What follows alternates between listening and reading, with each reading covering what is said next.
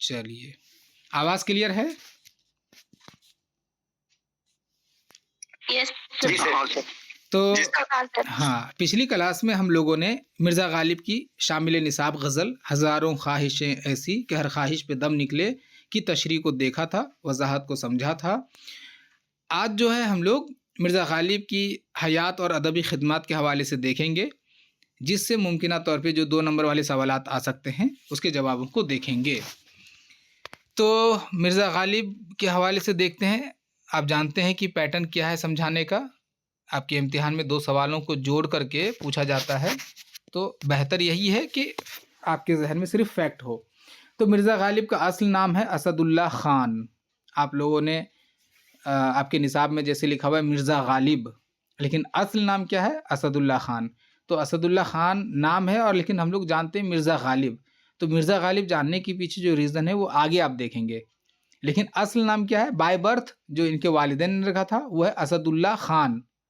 उर्फ़ क्या है?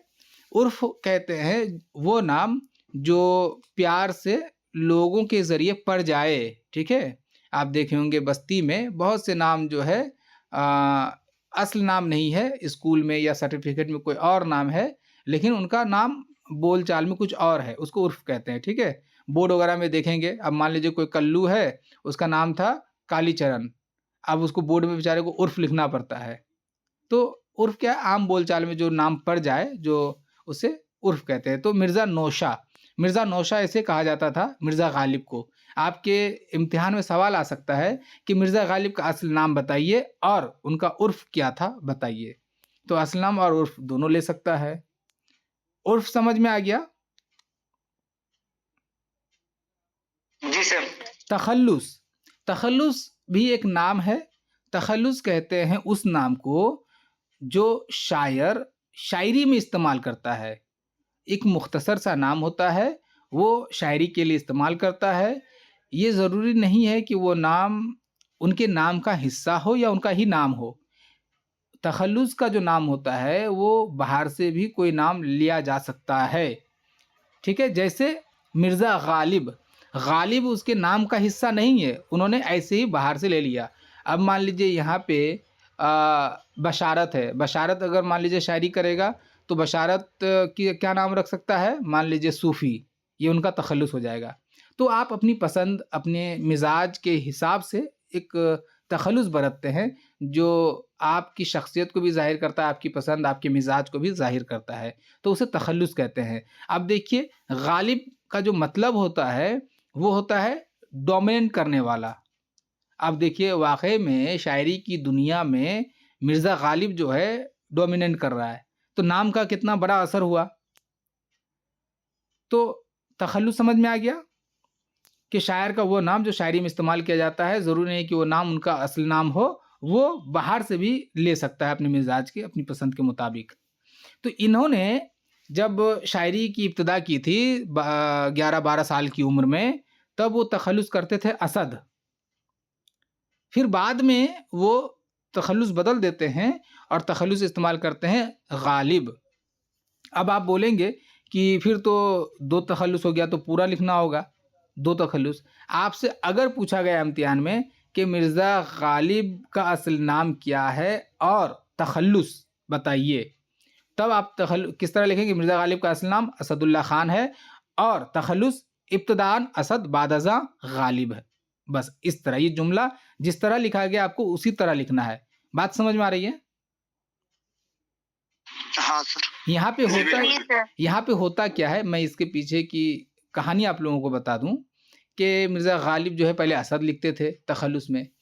लेकिन हुआ ये कि इब्तिदाई दिनों की बात है जब इनके अच्छे-अच्छे अशार जो है मतलब सॉरी कोई और जो है उस ज़माने में असद तख़ल्लुस करते थे, ठीक है? और सोशल मीडिया का तो ज़माना था नहीं कि चीज़ें बहुत जल्दी अच्छे से वायरल हो जाए और चीज़ें बरक़ी रफ़्तार से पहुँच जाए। होता ये था मान लीजिए अगर कोई दिल्ली में है तो कलकत्ता तक उसकी बातें और उनकी लिखी हुई चीज़ें पहुँचने में वक़्त लग जाता था, ठीक है? तो अब गालिब जो असद नाम से लिखता है, रिसालों में वगैरह में लिखता है, तो इनकी अच्छी गज़लें किसी दूसरे शायर जो असद तखल्लुस करते थे उनके नाम से मंसूब हो जाती थी, और उनकी ख़राब लिखी हुई चीज़ें वो गज़लें जो अच्छी नहीं थी वो इनके नाम से मंसूब हो जाती थीं। तो मिर्ज़ा ग़ालिब परेशान होने लगे इस चीज़ से। बात समझ में आ रही है? नाम के मैच होने की वजह से चीज़ें इधर से उधर हो जाती थीं। तो मिर्ज़ा ग़ालिब इस चीज़ से बचने के लिए क्या किया, तखल्लुस ग़ालिब फिर से बरतना शुरू किया ताकि वो अपने आप को उससे मुमताज़ कर सके, उससे डिफरेंशिएट कर सके। बात समझ में आ रही है? जी सर। हाँ, हाँ सर। चलिए। अब इनकी विलादत देख लेते हैं। तो इनकी विलादत होती है 27 दिसंबर 1797 ईस्वी को अकबराबाद में, ब्रैकेट में आगरा है। अब आप अकबराबाद लिखिए तो भी चलेगा, आगरा लिखिए तो भी चलेगा। जब इनकी पैदाइश होती है 1797 में, उस वक्त आगरा का नाम अकबराबाद था, बाद में उसका नाम आगरा पड़ जाता है। ठीक है? तो अगर पूछ लिया जाए कि मिर्ज़ा ग़ालिब का असली नाम बताइए और उनकी विलादत कब हुई, तब आपको उनकी विलादत में 17 दिसंबर 1797 ईस्वी लिखना है। या अगर इस तरह सवाल आ जाए कि मिर्ज़ा ग़ालिब की विलादत कब और कहाँ हुई, तब आपको लिखना है कि मिर्ज़ा ग़ालिब की विलादत 27 दिसंबर 1797 ईस्वी को आगरा में हुई या अकबराबाद में हुई, दोनों में से जो आपको लिखना हो, या ब्रैकेट में देख के अगर आगरा लिख देंगे तो भी कोई फ़र्क नहीं पड़ेगा। ठीक है? क्लियर है ना?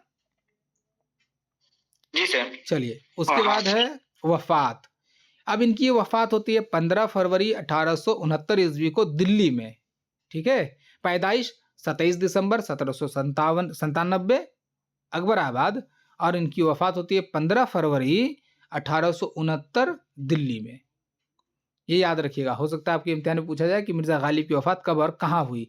कब और कहाँ दोनों में, मतलब 2 सवाल आ गया, कब और कहाँ, यानी 2 नंबर इसी में मिल जाएगा। तो इसी तरह याद रखिएगा, 15 फरवरी 1869 को दिल्ली में। चलिए, अब देखते हैं कि इनके वालिद का क्या नाम था। मिर्ज़ा ग़ालिब के वालिद का नाम था मिर्ज़ा अब्दुल्ला बेग। मिर्ज़ा अब्दुल्ला बेग इनके वालिद का नाम था। उर्फ़, अब ये जो है मिर्ज़ा अब्दुल्ला बेग, ये किस नाम से जाने जाते थे? मिर्ज़ा दूल्हा के नाम से। ठीक है? अब इसके पीछे कोई कहानी रही होगी। इसे मिर्ज़ा दूल्हा कह के सब पुकारते थे। नाम है असल में मिर्ज़ा अब्दुल्ला बेग। मुलाज़मत कर अवध, हैदराबाद, इलवर। पहले वो अवध में मतलब सिपाही थे। ठीक है? सिपाही से वो तरक्की करते करते आला लेवल तक पहुँचे थे। पहले अवध के नवाब के पास, फिर हैदराबाद के निज़ाम के पास, फिर इलवर के नवाब के पास वो पहुँचे, और इलवर के नवाब के पास वो मुलाज़िमत में थे कि ये शहीद हो जाते हैं, जंग में शहीद हो जाते हैं। तो आपसे पूछा जा सकता है कि मिर्ज़ा ग़ालिब के वालिद का नाम क्या है और उनका उर्फ़ बताइए, या मिर्ज़ा ग़ालिब के वालिद किस हुकूमत में मुलाज़िमत, किन-किन हुकूमतों में मुलाज़िमत अख्तियार किए हुए थे। तो आप अवध की हुकूमत, हैदराबाद की हुकूमत, इलवर की हुकूमत, ये 3 याद रखिए। आपको 2 लिखना होगा तो 2 मार्क्स मिल जाएगा। सवाल हो सकता है कि मिर्ज़ा ग़ालिब के वालिद किन-किन हुकूमतों में मुलाज़िमत में थे, तो आपको लिखना है मिर्ज़ा ग़ालिब के वालिद हुकूमत अवध और हैदराबाद में मुलाज़िमत में थे। तो जिस तरह से भी सवाल आपसे पूछा जाएगा आप बता दीजिएगा। अच्छा, मिर्ज़ा ग़ालिब के वालिद का पेशा क्या था, ज़रा बताइए? मासी सिपाही। सिपाहगिरी। जब पेशा का लफ्ज़ आता है ना तो सिपाहगिरी बोलते हैं उसको। ठीक है? तो अगर पूछा जाए कि मिर्ज़ा ग़ालिब के वालिद का नाम क्या था और उनका पेशा बताइए, तो मिर्ज़ा ग़ालिब के वालिद का नाम मिर्ज़ा अब्दुल्ला बेग और उनका पेशा सिपाहगिरी। ठीक है? चलिए, दादा का नाम है कौकान बेग। अब देखिए यहाँ पे सर एक सवाल। हाँ, बोलिए। तो उर्फ समझा देते सर, समझे नहीं हम थे। उर्फ समझाया गया था कि एक ऐसा नाम है जो प्यार से या हिकारत से आम बोलचाल में पड़ जाता है। ठीक है? जी सर। आपके यहाँ देखे होंगे कि मान लीजिए कि कोई बच्चा जो है बचपन में बहुत ज़्यादा शरारती है या बदमाश है, तो उसके नाम को शरारती या बदमाश की वजह से कोई नाम रख दिया जाता है। कोई काला है तो उसका नाम कल्लू रख दिया जाता है। क्या? कोई मान लीजिए बहुत बेवकूफ़ किस्म का ना, तो उसका नाम बुद्धू रख देता है। ऐसा होता है गाँव देहात में, आप देखेंगे हर जगह का ये मामला है। जो जैसा होता है उसका एक नाम रख दिया जाता था पहले। ठीक है? अब इसका चलन ज़रा कम हो रहा है, लेकिन पहले बहुत ज़्यादा था। बात वाज़ेह हुई? जी सर। आप लोगों सर में ये तो हैदराबाद के बाद क्या लिखा हुआ है? इलवर। आप लोगों का भी कुछ होगा उर्फ, इलवर। बताइए। जी सर, मुझे शिफा बुलाते हैं क्योंकि मेरा नाम के मानी शिफा है। देखिए, और किसी का कोई उर्फ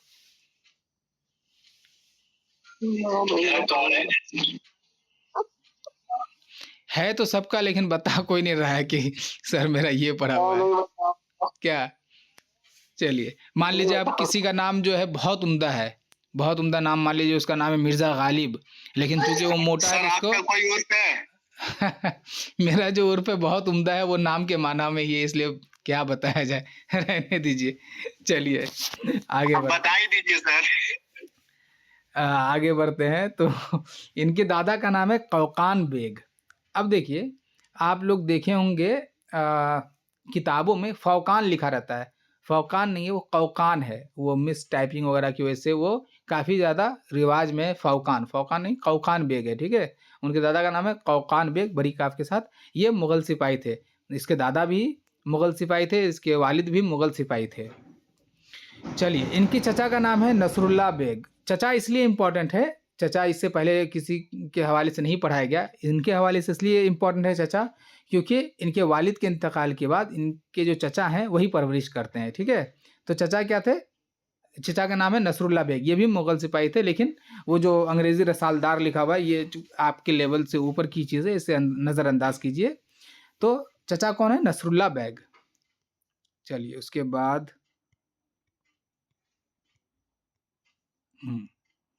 आबाई वतन। आबाई वतन जो है समरकंद, ठीक है। आबाई वतन जहाँ पे इनके दादा परदादा रहते थे, तो समरकंद। इनके पर जद जो है वो वहाँ से हिजरत करके आ जाते हैं हिंदुस्तान। शादी इनकी होती है 13 साल की उम्र में, अगस्त 1810 में उमराव बेगम से। पूछा जा सकता है कि मिर्ज़ा गालिब की शादी कब और किससे हुई? तो मिर्ज़ा गालिब की शादी 1810 में उमराव बेगम से हुई। या पूछा जाए कि मिर्ज़ा गालिब की शादी किस उम्र में और कब हुई? तो मिर्ज़ा गालिब की शादी 13 साल की उम्र में 1810 में हुई। तो यहाँ पे किस उम्र में, कब और किससे, तीनों का जवाब है, ठीक है ना? बात वाज़ेह हो रही है? जी सर। हुँ। 13 साल की उम्र में वो शादी कर लिए थे। और माइक ऑफ रखिए। 13 साल की उम्र में वो शादी कर चुके थे और 11 साल से करीब वो शायरी करते हैं, और शायरी की दुनिया में वो जो है बहुत ज़्यादा मशहूर हैं, आफ़ताब-ए सुख़न कहते हैं और पूरी दुनिया में जाने जाते हैं। बताइए, 13 साल में वो शादी कर लिए थे। अब ज़रा सोचने की बात है। चलिए, यहाँ पे कोई है ऐसा जो अब तक शादी कर चुका है? और सबकी उम्र जो है 18 पार है, लेकिन किसी ने शादी नहीं की। मिर्ज़ा गालिब वहाँ से बैठ के देखते होंगे और सर हँसते उन्होंने होंगे। चाइल्ड मैरिज नहीं, की नहीं, नहीं लगता है। बीबी, वो चाइल्ड मैरिज नहीं किए। उस वक़्त जो है ना, तो बाल विवाह होता है इसके लिए। उस वक़्त उस वक़्त जो है ना, आज जिसको हम लोग चाइल्ड मैरिज कहते हैं, उस वक़्त वो रिवाज में था, ठीक है? आज जैसे आज होता है ओल्ड मैरिज, पहले था चाइल्ड मैरिज, ठीक है? चलिए, सुसर, इनके सुसर थे नवाब इलाही बख्श खान मारूफ। इनके सुसर भी जो थे, वो शायर थे, मारूफ तखल्लुस करते थे। तखल्लुस, तो उनका पूरा नाम है नवाब इलाही बख्श खान मारूफ। सुसर समझते हैं ना? जी सर। सुसर, जिसको हम लोग ससुर बोलते हैं, सुसर। चलिए, जब होगा तो ऐसे भी पता चल जाएगा। इनके नाना थे गुलाम हुसैन कमीदान। कमीदान वो मुलाजिमत की वजह से उसको बोलते थे लोग, उनका नाम था गुलाम हुसैन, ठीक है। किनके नाना? मिर्ज़ा गालिब के नाना।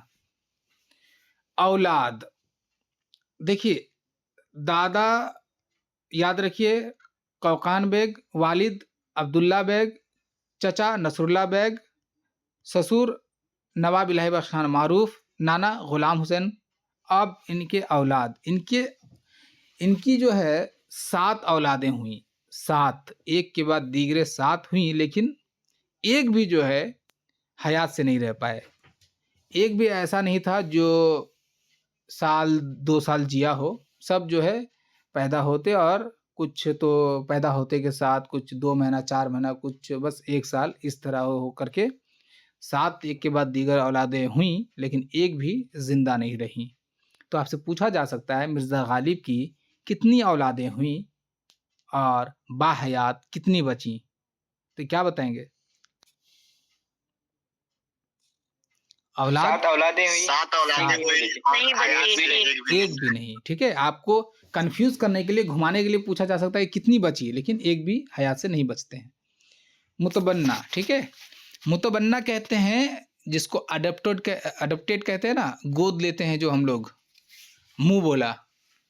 तो ज़ैनुल आबिदीन खां आरिफ, इनके बीवी का भांजा था, ये आप लोगों को याद नहीं रखना है कि 2 बेटों को वो एडॉप्ट करते हैं। किसको? ज़ैनुल आबिदीन खां आरिफ। जैनुल आबिदीन खान आरिफ तो गालिब के भांजे थे ना। ज़ैनुल आबिदीन खान आरिफ जो है, इनके बीवी के भाई के भांजे थे, ठीक है? इनका अपना भांजा नहीं था। बीवी की तरफ से ज़ैनुल आबिदीन खान आरिफ जा रहे थे रिश्ते में।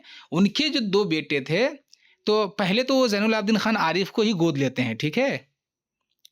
असल बात ये है कि जब इनकी औलाद नहीं बचती है तो वो आरिफ को ही गोद लेते हैं, और जब आरिफ की उम्र 28 साल होती है तो वो ऐन जवानी में, यानी 28 साल की उम्र में इंतकाल कर जाते हैं। उस वक्त उनके 2 बेटे रहते हैं दुनिया में, तो उन दोनों बेटों को फिर वही पालते हैं। तो ज़्यादा वक्त जो है ज़ैनुल आबिदीन खान आरिफ को नहीं पाले, वो मुतबन्ना थे, मुँह बोला, उसको मुँह बोला बेटा बोलते थे, लेकिन उनके इंतकाल के बाद परवरिश करते हैं उनके 2 बेटों को, ठीक है? अब जो है, जब आरिफ इंतकाल कर जाते हैं तो उनको बहुत दुख होता है, क्योंकि एक तो 7 बच्चे एक के बाद दीगर इंतकाल कर गए, ऊपर से आरिफ को मुँह बोला बेटा बोलते थे। जब ये कलकत्ता में थे मिर्ज़ा गालिब, तो उनके आरिफ यानी मुतबन्नी जो थे, उनका भी इंतकाल हो जाता है। फिर कब्र पे आके वो मरसे आरिफ पढ़ता है कि लाजिम था कि देखो मेरा रास्ता कोई दिन और, तन्हा गए क्यों अब रहो तन्हा कोई दिन और, जाते हुए कहते हो कि क़यामत को मिलेंगे, क्या खूब क़यामत का है गोया कोई दिन और। तो ये बहुत उम्दा मरसिया उनकी मौत के मतलब उनकी कब्र पे आके पढ़ते हैं वो। बहरहाल, आपसे अगर पूछा जाए कि मिर्ज़ा गालिब के मुतबन्नी कौन थे, तो आपको लिखना है ज़ैनुल आबिदीन खान आरिफ के 2 बेटे, ठीक है? या आप इस तरह भी लिख सकते हैं कि ज़ैनुल आबिदीन खान आरिफ और उनके 2 बेटे, ये ज़्यादा बेहतर होगा, ठीक है ना? वाज़ेह हुई बात? जी सर। चलिए, उस्ताज़, इनके उस्ताज़ थे, यानी कि जिनसे इन्होंने तालीम हासिल की, शेख मोहम्मद मुअज़्ज़म। देखिए, सिर्फ इनके इब्तदाई उस्ताज़ का ज़िक्र मिलता है। इब्तदाई उस्ताज़ से भी मुराद कौन? जो घर में आकर के सिखाए, ऐसे उस्ताज़, क्योंकि इनकी जो है ना बाज़ाब्ता कहीं तालीम नहीं हुई है, जैसे सनद नहीं है, डिग्री वगैरह नहीं है इनके पास, और ये भी पता नहीं है कि वो किसी मदरसे में, किसी मकतब में या कहीं पे भी जाके तालीम हासिल की हो। इनका कहीं पे ज़िक्र नहीं मिलता है, सिवाय इसके कि यही इसका ज़िक्र आता है कि इनके जो इब्तदाई उस्ताज़ रहे हैं वो है शेख मोहम्मद मुअज़्ज़म। अपनी एक मसनवी में वो करीब अपने 9 उस्ताज़ का ज़िक्र करते हैं शायरी के, लेकिन वो तमाम जो है ना वो फ़र्ज़ी हैं। असल में उसके पीछे एक कहानी, जिसको जानना भी आपके लिए ज़रूरी नहीं है। लोगों पे इम्प्रेशन जमाने के लिए वो इसका ज़िक्र करते हैं, उसको बाद के मुहक्किकीन ने साबित किया कि वो गलत है। तो इनके उस्ताज़ में सिर्फ आपको अगर पूछ लिया जाए कि मिर्ज़ा गालिब के उस्ताज़ का नाम बताइए, तो शेख मोहम्मद मुअज़्ज़म, ठीक है ना? अब जैसे फ़र्ज़ी उस्ताज़ में ना ये बहुत मशहूर है अब्दुस समद। ये अब्दुस समद जो है फ़ारसी के बहुत बड़े उस्ताज़ शुअरा गुज़रे हैं, ठीक है? इनको फ़ारसी पे बहुत ज़्यादा पकड़ थी। तो असल में हुआ ये था, आप लोग सुन रहे हैं ना? असल में हुआ ये था कि गालिब जब कलकत्ता आते हैं 1828 के करीब, तो यहाँ पे आकर के फ़िरोज़ क़तिल फ़िरोज़ाबादी से उलझ पड़ते हैं, और यहाँ पे जो है ना इनकी पकड़ बहुत ज़्यादा थी, इनके शागिर्दों का हल्का बहुत ज़्यादा था, जो तमाम जो है गालिब से खफ़ा हो जाते हैं, और गालिब जो है जिधर जाते हैं वहीं पे ही उनकी बेइज़्ज़ती होती है, बड़ी तज़लील होती है। तो अब ज़ाहिर सी बात है, पूरे कलकत्ता में गालिब जो अपने हिसाब से बता रहे ग्रामर, वो एक लफ्ज़ में फंस जाते हैं वहाँ पे, तो कोई नहीं मानना चाह मतलब गालिब की बात कोई नहीं मानते हैं, ज़ाहिर सी बात है। वहाँ पे कतिल फिरोज़ाबादी का जो है सिक्का चलता था। अब गालिब जो है, अब सब कहता है कि गालिब किससे सीखा नहीं सीखा, उस्ताद का भी पता होना ज़रूरी है। तो वहाँ पे लोगों में अपने अपने आप को वज़नदार दिखाने के लिए गालिब कहता है कि मैं अब्दुस समद से सीखा हूँ। बात समझ में आ रही है? ये दिखाने के लिए कि मेरे उस्ताद जब इतने बड़े हैं तो सोचो मैं कितना बड़ा हूँगा, ऐसा। समझ में आ रही है बात? जी सर। हाँ, तो वही मामला था। तो इससे फ़र्ज़ी उस्ताद के तौर पे पूछा जाता है कि गालिब के उस्ताद कौन हैं और उनके फ़र्ज़ी उस्ताद का नाम बताइए, ऐसा। तो ये फ़र्ज़ी हैं, वो उस मामले के तहत इन्होंने इस्तेमाल किया था। चूँकि बहुत मशहूर है, बड़े-बड़े इम्तिहानों में पूछा जाता है वो, इसलिए मैंने लिख दिया, ठीक है? बोलिए। सर वैसे वो झूठ बोल दिया फिर से। हाँ, होता है इंसान, देखिए इंसानी फ़ितरत है ना, इंसान जब बुरी तरह फँसता है, जी। तो बचने के लिए कुछ ना कुछ रास्ता निकालता है। अब देखिए गालिब जो है गया वहाँ पे पेंशन के सिलसिले में कलकत्ता। अब वहाँ जा कर के उसको वहाँ बुकरादी करने की क्या ज़रूरत थी? गया है वो पेंशन के सिलसिले में पेंशन का काम करके आ जाइए। वहाँ पे कतिल के शागिर्दों को छेड़ दिया कि ये जो पढ़ रहे हो गलत पढ़ रहे हो। तो वो लोग भी जो है उस वक़्त बहुत कामिल फ़न थे, वो लोग भी नहीं छोड़ रहे थे इनको। तो इनको फिर दिखाने के लिए कि हाँ हम जो कह रहे हैं वो उसके लिए सनद कौन है, तो अब्दुस समद है हमारे उस्ताद। तो ये मामला था, वो फँसा था उस तरह से। उनकी ज़िंदगी के अहम मार्कों में से एक है वो। चलिए, बहरहाल बात वाज़ेह हुई ना? जी सर।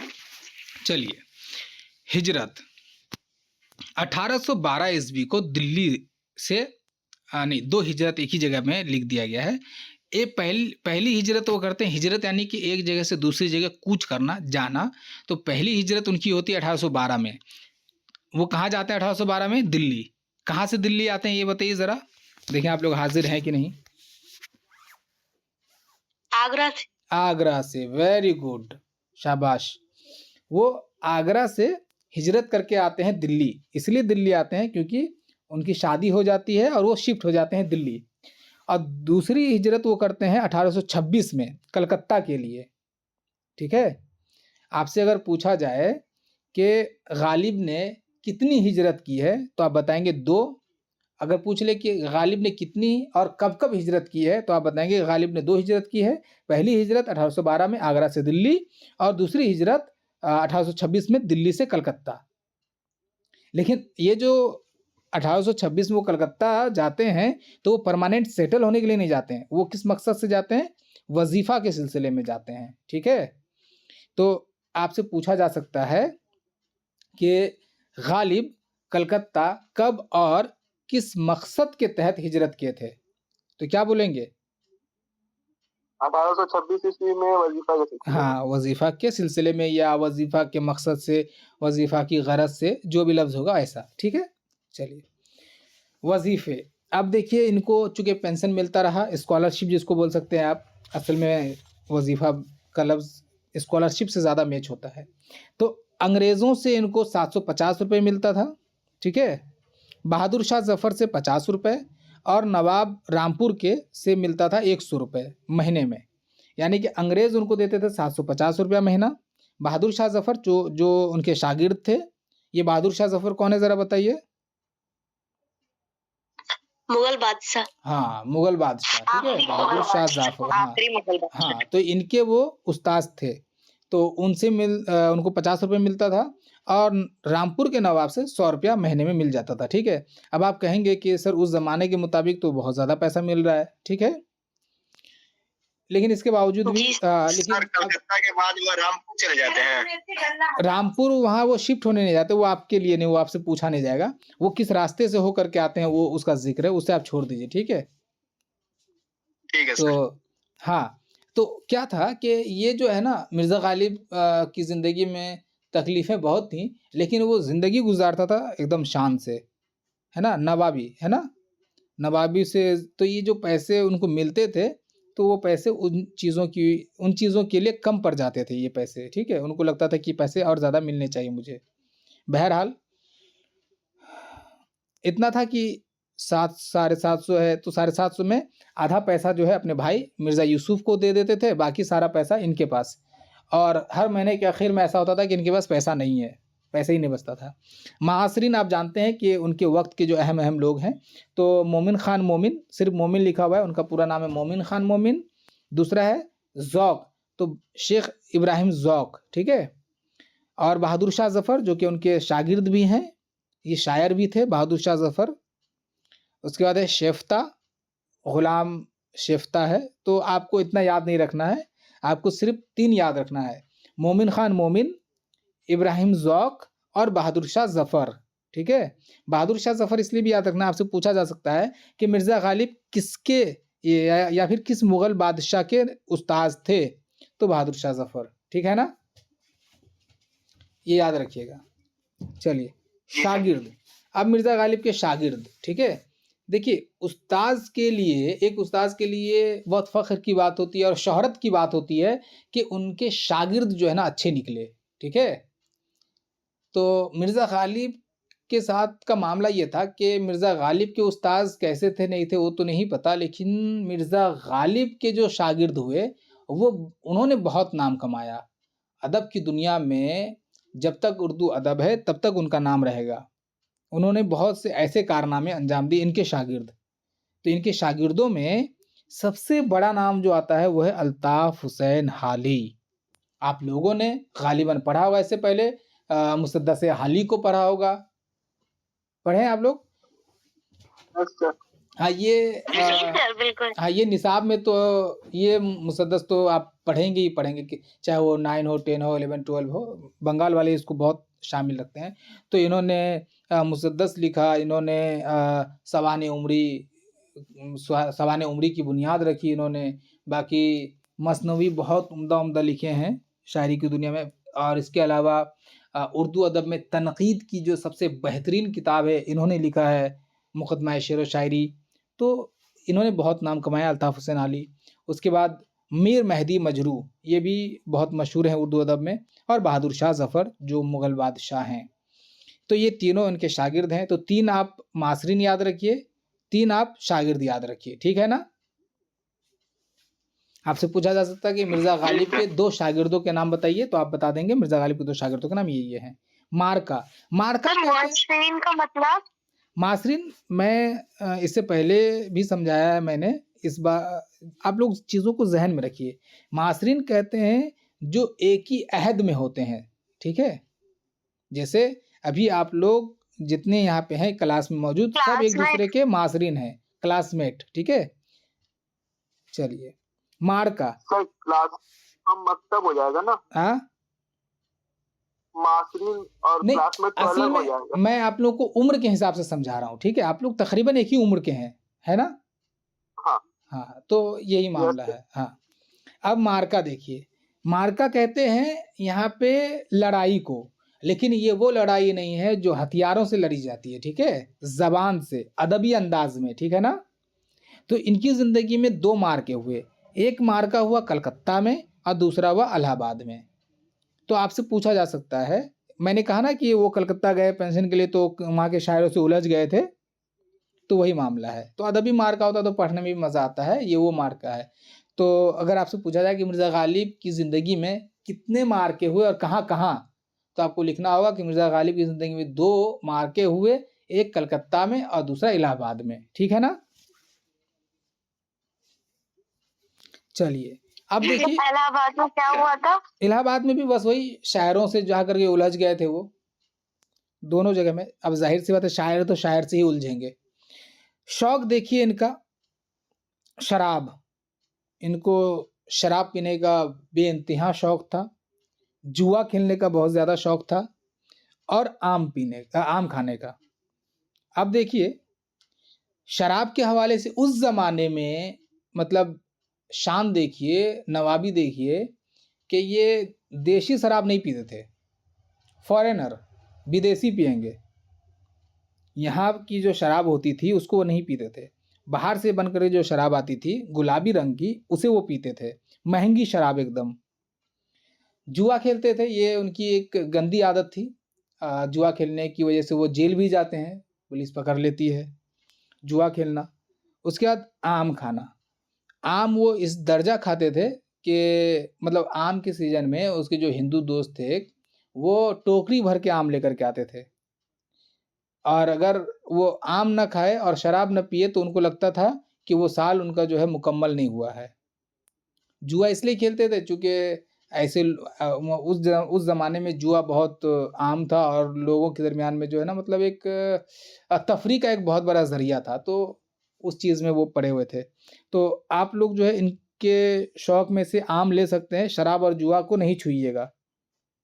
किस-किस ने शराब पसंद किया है? किसी ने नहीं। जुआ? चलिए किसी ने नहीं और आम? कोई सर आम सर बेहद सर आम पसंद है। आम आम उनको सर आम उनको बेहद पसंद था और आम के हवाले से एक बहुत उम्दा मक़ूला भी है उनका कि एक दफ़ा वो और उनके तमाम शागिर्द और दोस्त बैठ कर के आम खा रहे थे और छिलका छिल करके चूँकि वो आम को चूस करके भी खाते थे और काट करके भी। और आप लोग जानते होंगे जैसे काट के खाते हैं तो वो दाँत से छिलका निकाल के फेंक देते हैं उस तरह से। तो सब खा रहे थे और छिलका इसी तरह से साइड में रास्ते की तरफ फेंक दे रहे थे। उधर से एक साहब जो है वो गधा लेकर के गुज़र रहे थे और गधा जो है आकर के वो छिलका को सूंघता है और नहीं खाता है, चला जाता है, आगे बढ़ जाता है। वहीं पे एक साहब बैठे हुए थे इनके दोस्त, जो कि आम पसंद नहीं करते थे। उन्होंने फट उनको लगा कि बहुत अच्छा मौका है, तीर मार देते हैं। उन्होंने तुरंत कहा कि देखिए मिर्ज़ा आम गधे भी नहीं खाते हैं, ठीक है? तो तुरंत मिर्ज़ा जो है गालिब वो लफ्ज़ों को पलट के बोलते हैं, सुनिए क्या कहते हैं कि आपने ठीक कहा, गधे आम नहीं खाते हैं। और फिर सब हँसने लगे। मतलब जो गधे होते हैं वही आम नहीं खाते हैं। क्या? उन्होंने उल्टा दिया कि जी गधे ही आम नहीं खाते हैं। तो जो गधे हैं वो आम नहीं खाएँगे तो उनका मुँह जो है वो तुरंत धुआँ सा हो गया। तो ये बहुत हैवान ज़रीफ़ इसलिए उनको कहा जाता था कि लफ्ज़ों को तुरंत बदल देते थे और बहुत उम्दा माना पैदा कर देते थे। चलिए। सर ये मोमिन को बोले थे ना ये बात। नहीं, मोमिन को नहीं बोले थे। कोई साहब थे उनका नाम सही से ये ज़िक्र में नहीं आता है। मोमिन तो आम खाते थे, वो तो नवाबी इंसान लास्ट थे। में मैम बताई थी कि एक बार मोमिन से किसी बात पे नहीं। हुआ था तो उसका मोमिन ने कहा था कि उनको आम नहीं पसंद। नहीं, तो गालिब उसके ने कहा था। वो जो साहब बैठे हुए थे उनके नाम का ज़िक्र नहीं मिलता है ना?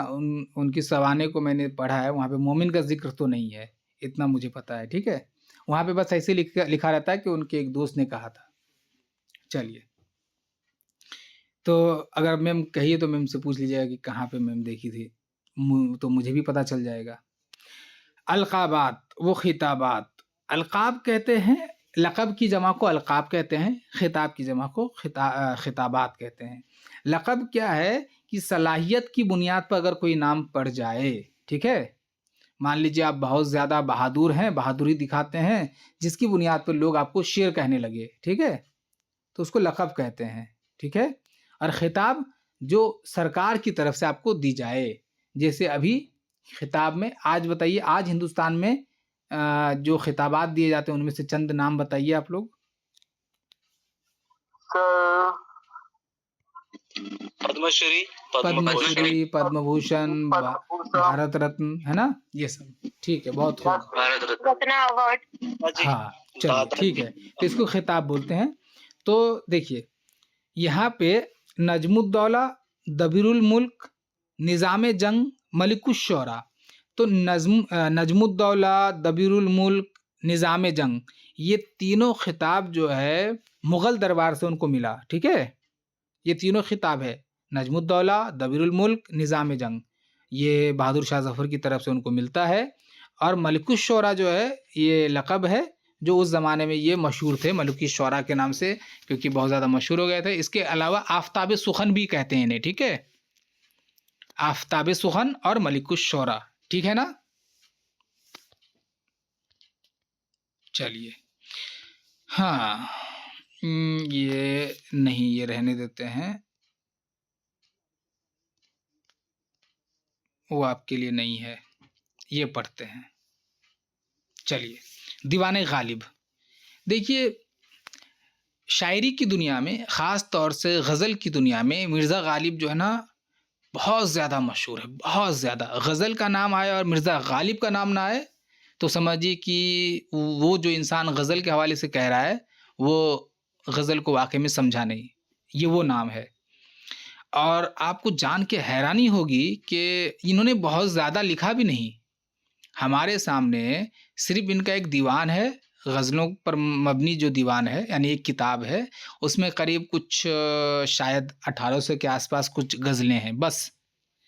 ये मुख़्तसर सा दीवान जो है, उर्दू में तहलका मचा दिया है।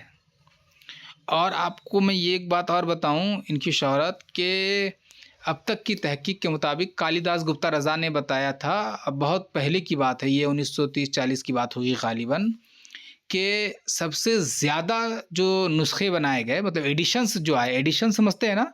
किसी किताब को जो जैसे मान लीजिए अब इस बार शाये कर दिए और उसकी कापियाँ बिक गईं, फिर से एडिशन शाये किया जाता है ना? अलग-अलग यस पब्लिशर सर। जो है एडिशन शाये करते हैं। तो सबसे ज़्यादा एडिशन जो है उर्दू में अब तक जो शाये हुई है किताबों में, वो है मिर्ज़ा ग़ालिब के दीवान का। ये एक अंदाज़ा लगाया जाता है। कालिदास गुप्ता रज़ा कहते हैं कि करीब उनके पास, मैंने कहीं पे पढ़ा था 700 या 1100, उन्होंने बताया था कि 700 एडिशन उनके पास सिर्फ़ मौजूद है। तो ये इससे भी आप अंदाज़ा लगा सकते हैं कि ये कितने मशहूर इंसान हैं, ठीक है? अलग-अलग लोगों ने एडिशन शाये किया है और बहुत ज़्यादा तादाद में। चलिए बहरहाल, ग़ालिब की ज़िंदगी में इनका जो दीवान है वो 5 बार शाये होता है, 4 बार नहीं 5 बार, 1, 2, 3, 4, 5 बार, ठीक है? ग़ालिब की ज़िंदगी में 5 बार। बात समझ में आ रही है? अगर आपसे पूछा जाए कि दीवाने ग़ालिब, मिर्ज़ा ग़ालिब की ज़िंदगी में कितनी बार शाये हुआ, तो क्या बोलेंगे आप? 5 बार। 5 बार। 5 बार में 5 बार। 2 बार अगर पूछ लिया जाए, या फिर ये पूछा जाए कि पहली बार कब, तो पहली बार 1841 में। पहली बार 1841 में, फिर 1847 में, फिर 1861 में, फिर 1862 में, फिर 1863 में। यहाँ टाइपिंग में मिस्टेक हो गया, उसको आप मैनेज कर लीजिएगा। तो 41, 47, 61, 62, 63, ठीक है ना? इन सालों में इनके दीवान को शाये किया गया बार-बार। चलिए, नुस्ख़ा-ए हमीदिया, ये याद रखिए, पूछ लिया जाए अगर कि मिर्ज़ा ग़ालिब की 2 तख़लीक़ात का नाम बताइए। वैसे आपको इतना याद नहीं रखना है, 2 ही याद रखना है, क्योंकि ये तो एमसीक्यू है नहीं कि पूछा जाएगा। पूछा जाने से 2 ही पूछा जाएगा कि मिर्ज़ा ग़ालिब की किसी 2 किताब का नाम बताइए। तो आप एक दीवाने ग़ालिब याद रखिए, दूसरा आप जो है यहाँ पे जो नीचे की तरफ है ना, उदे हिंदी और उर्दू मुअल्ला, है ना? इन दोनों को याद रखिए। जी। हाँ, उदे हिंदी जो है ख़ुतूत का मजमुआ है, जिसमें 162 ख़ुतूत हैं, ये याद रखिए। 1868 में जब वो हयात से थे, तब ये किताब शाये हुई।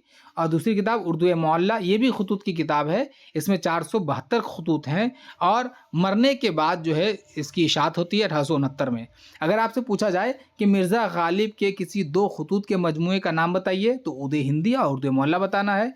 अगर पूछ लिया जाए कि उदे हिंदी क्या है और इसकी इशाअत कब हुई, तो आपको बताना कि उदे हिंदी मिर्ज़ा ग़ालिब के पहले ख़ुतूत का मजमुआ है और इसकी इशाअत 1868 में हुई, ठीक है ना?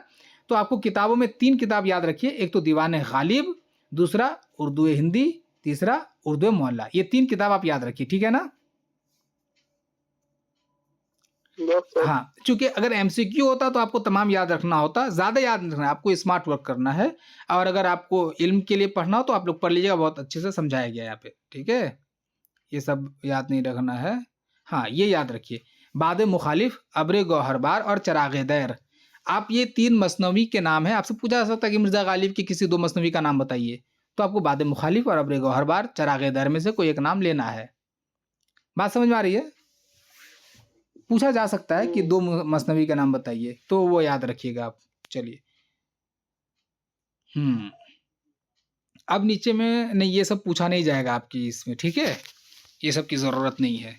इल्म के लिए सही है कि देखिए, तारीफ़ देखिए, ऐसे ही मैं बता रहा हूँ, इम्तिहान में तो नहीं आएगा, ऐसे बता दे रहा हूँ कि इक़बाल ने ग़ालिब को गोइटे जो है एक रशियन राइटर है, ठीक है?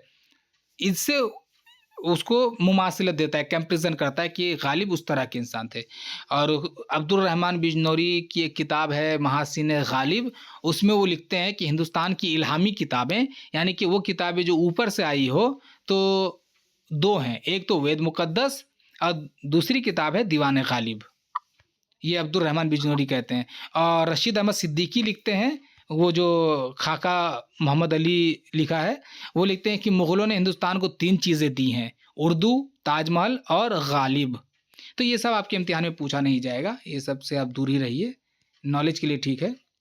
अब जैसे ये जो सफ़ा है ना, इसमें सिर्फ नॉलेज की बातें हैं, आपसे पूछा नहीं जाएगा, ये सब पढ़ लीजिएगा। चलिए, तो मिर्ज़ा गालिब की हयात और ख़िदमत आप लोग समझे कि नहीं, ये बताइए ज़रा। समझ में जी आ सर, गया? समझ गए। कल की क्लास का रिकॉर्डिंग आज अपलोड कर दीजिएगा सर हाँ, अभी प्लीज। अपलोड मैंने कर कल हाँ, क्लास नहीं ली अभी थी। अपलोड कर देंगे। समझा सके ना? समझ पाएँ आप लोग? Yes sir. चलिए, मिर्ज़ा गालिब का कोई बेहतरीन शेर सुनाइए जो आपको पसंद हो। सुनाइए, कोई भी सुनाइए, सर जिसको वो याद हो। शेर बहुत अच्छा लगता है। देख करके नहीं सुनाना है, बिना देखे, नहीं जिसको याद हो। यस सर, आपको ना सोच रहे सर। हाँ, सर वो शेर बड़ा अच्छा लगता है, लेकिन एग्जैक्ट याद नहीं आ रहा, मैं ट्राई करती हूँ। बोलिए। मुझको मालूम है जन्नत की हकीकत, लेकिन दिल को खुश रखने के लिए गालिब ये ख्याल अच्छा है। ये अच्छा लगता है। वैसे सर भी सर है। सर, उनको देखे से जो आ जाती है मुंह पर रौनक, वो समझते हैं कि बीमार का हाल अच्छा है। बहुत खूब, बहुत खूब। देख के नहीं पढ़े ना? कसम से नहीं। हाँ, तो यश्विन आप पढ़ रही थी ना, वो इस तरह है कि हमको मालूम है जन्नत की हकीकत, लेकिन दिल के खुश रखने को गालिब ये ख्याल अच्छा है। और कोई सुनाना चाहता है? सर, दरअसल पिछली बार जो क्वेश्चन आप दे रहे थे वो छोटा-छोटा होता था, पर इसमें जो आप ये हयात ज़िंदगी बता रहे काफ़ी वसी नहीं हो रहा है सर? नहीं, वसी कहाँ हो रहा है? आपको तो बुनियादी चीज़ें ही बताई जा रही है ना, जो आपके इम्तिहान में पूछा जा रहा है। जो सवाल नहीं बन सकता, मैं तो खुद कह दे रहा हूँ ना कि ये पॉइंट आपको याद नहीं करना है। जी सर, बात आपकी बहुत अच्छी है माशाल्लाह, पर वो याद रखने में थोड़ा-सा तो आप देखिए, आप क्या कीजिए, प्रिंट आउट निकाल लीजिए और रिकॉर्डेड वीडियो भी आप उसमें देख लीजिए, कहाँ-कहाँ मैंने नहीं कहा है, या फिर ज़हन को हाज़िर रखिए और मैंने जो कहा है कि ये पॉइंट आपको नहीं पढ़ना है, उसको आप क्रॉस कर दीजिए। तो इससे क्या होगा कि प्रिंट आउट रहने से आसानी से पढ़ पाइएगा, ठीक है? अब जैसे तख़्लीक़ात में देखिए, पढ़ने को तो बहुत कुछ है वहाँ पे, लेकिन मैंने कहा ना कि आपको सिर्फ़ 3 किताब याद रखनी है और बता दिया, ठीक है? देखिए, मैं समझाता हूँ ज़रा वसअत के साथ, इसलिए आपको लग रहा है कि ज़्यादा है। अगर सिर्फ़ जो वहाँ लिखा हुआ है, अगर सिर्फ़ मैं उसे समझाऊँ तो आपको लगेगा कि जा 10 मिनट में क्लास ख़त्म, फिर मज़ा नहीं आएगा। नोट में जो लिखा हुआ है वो कोई भी पढ़ा देगा। नोट के पीछे जो बात है वो जो समझा दे, समझिए कि वो आपको वाक़ई में पढ़ा रहा है, हक़ अदा कर रहा है। चलिए, सुनाइए कोई और किसी को नहीं सुनाना है, मतलब किसी को याद नहीं है। गालिब लगाए ना लगे और बुझाई ना बने, पीटे ना तुझे क्या है, आखिर इस दर्द की दवा क्या है? भाई जोर से बोलो। मिर्ज़ा गालिब तक तो आवाज़ जानी चाहिए। खुद ही बोला,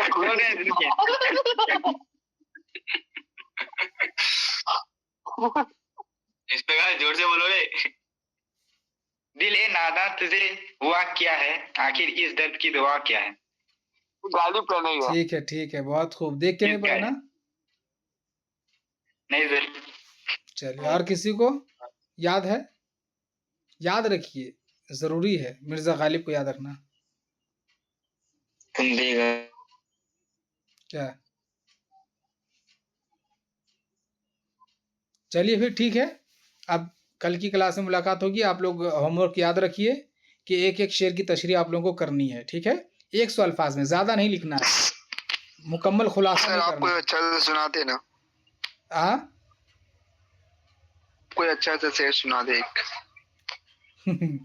मिर्ज़ा गालिब का हाँ, किस मौजू पे सुनना है? सर इश्क पे, इश्क ने गालिब निकम्मा कर दिया, वरना हम नहीं सर, मोटिवेशन पे बहुत सारा एग्जाम आ गया, मोटिवेशन सुना दीजिए। Yes sir.